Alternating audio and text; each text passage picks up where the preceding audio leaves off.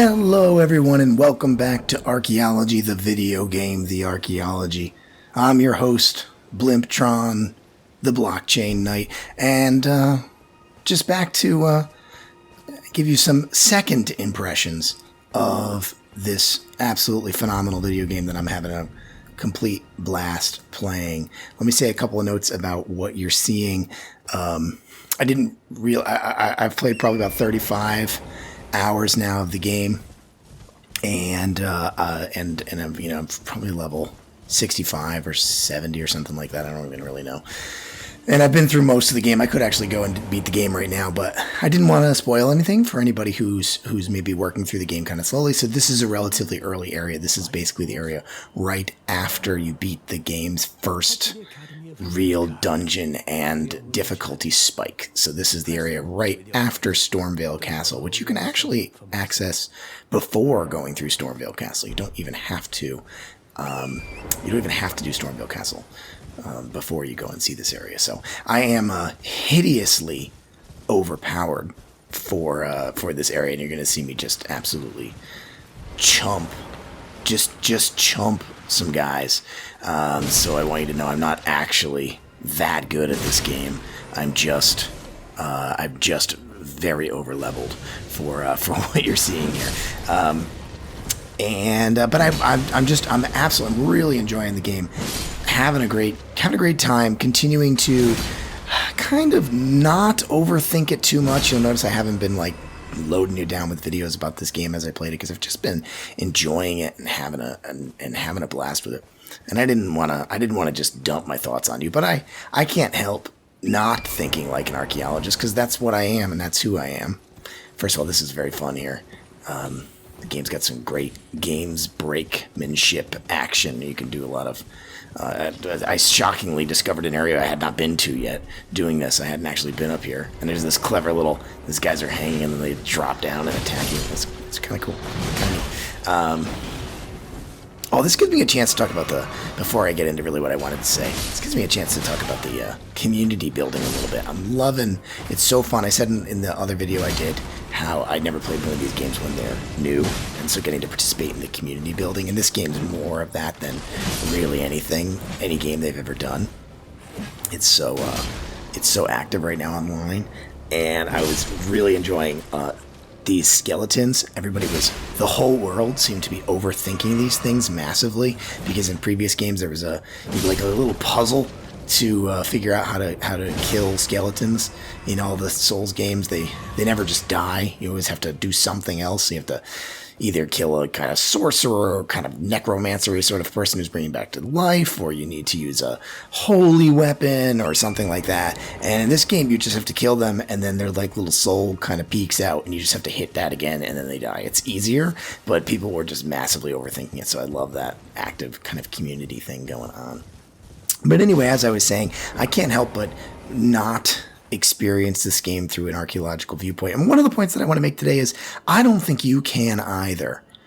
This is just these absolutely stunning views, the game, these vistas, and all of that is real. None of that's painted, that's all places you can go and experience. So it's great. It's really the things we read about in gaming magazines when we were 12 are real now, which is cool. So that's me. That's an area, again, realizing I've not been there yet. I don't know what that area is, and seeing where that is on the map. I'm guessing there's some kind of clever teleporter you need to use to get out there. Anyway, one of the points I want to make is that I don't think you can play this game not as an archaeologist either. This game does a great job of forcing us all to use our archaeological instincts and skills, and part of that becomes quite relevant because, of course, today Twitter, and I'm assuming the rest of social media, exploded with new discourse about whether or not this game has bad user interface.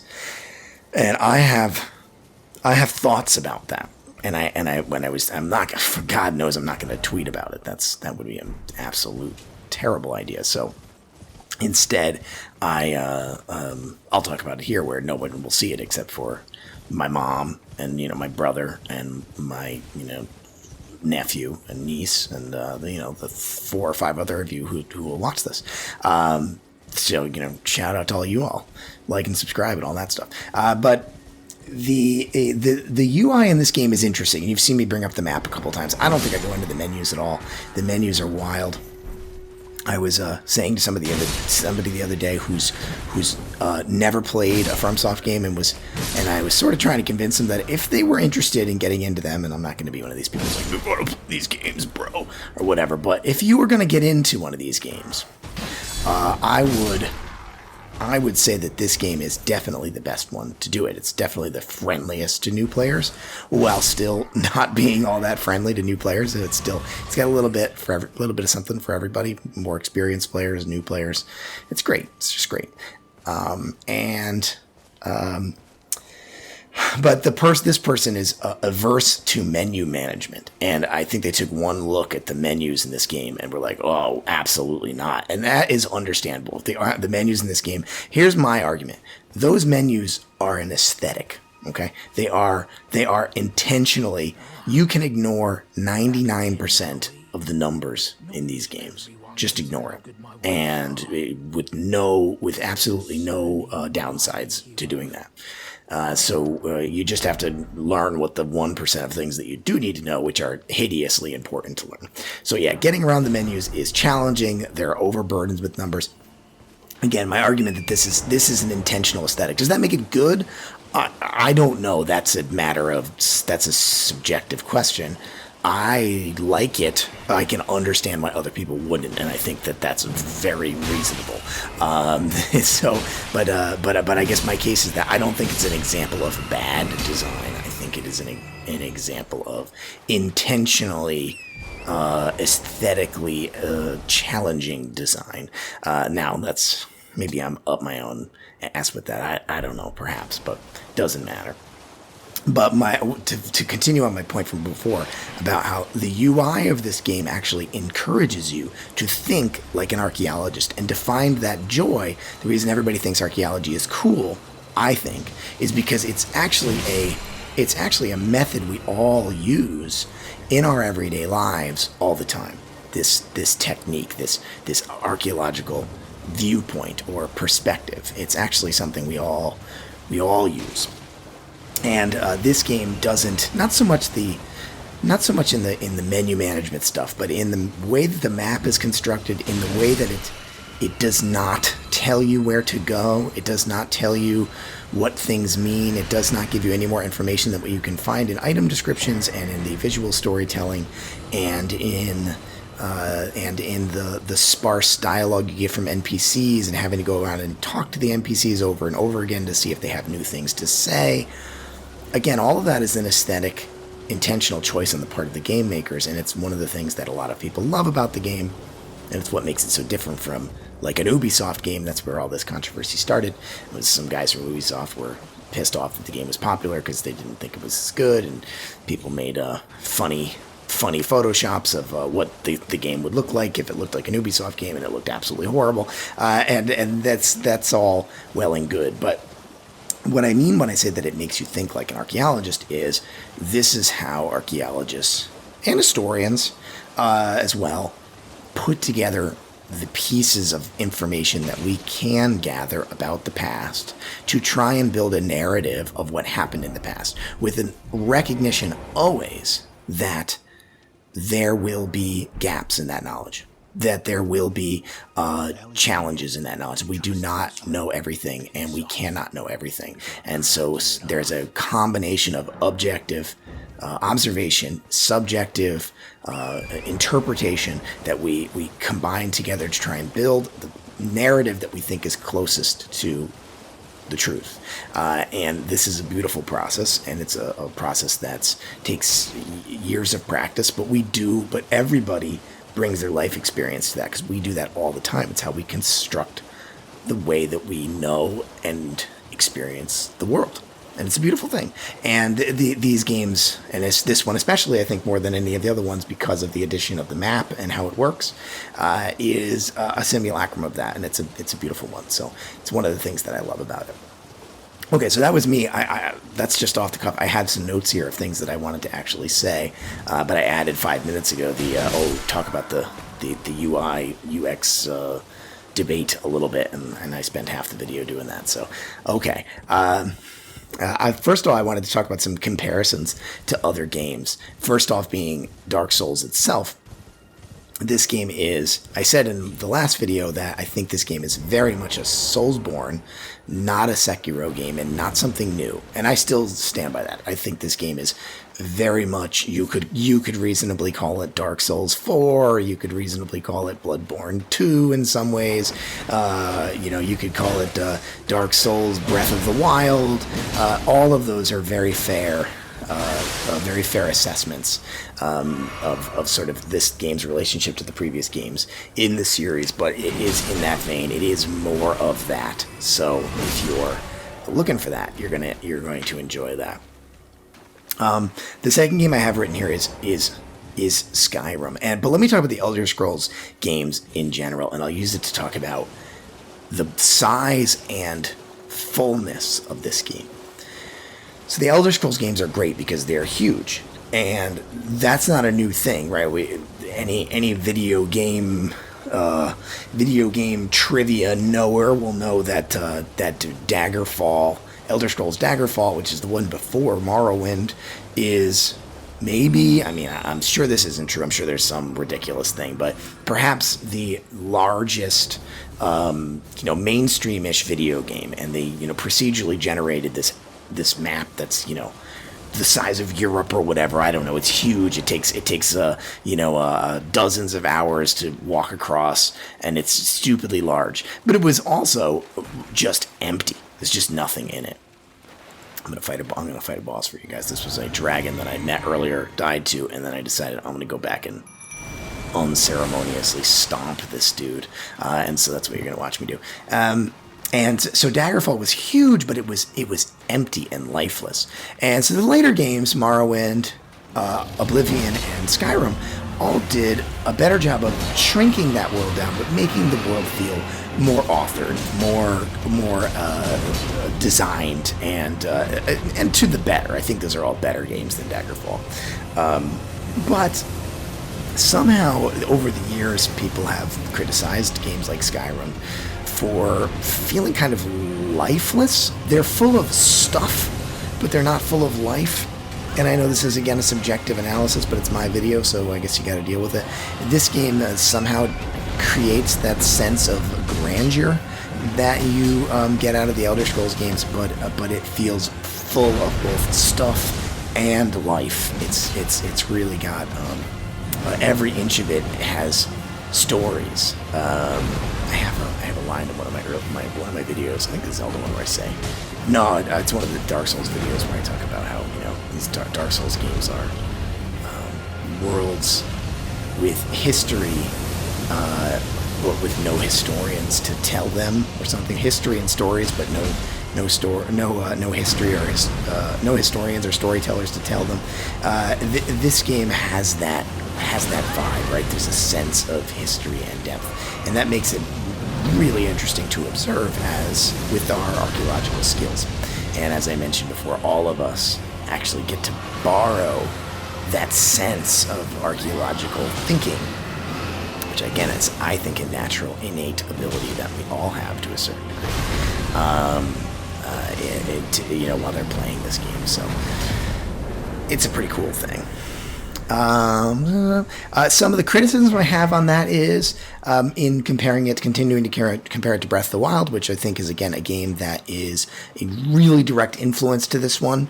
I think that we were joking before about Dark Souls Breath of the Wild.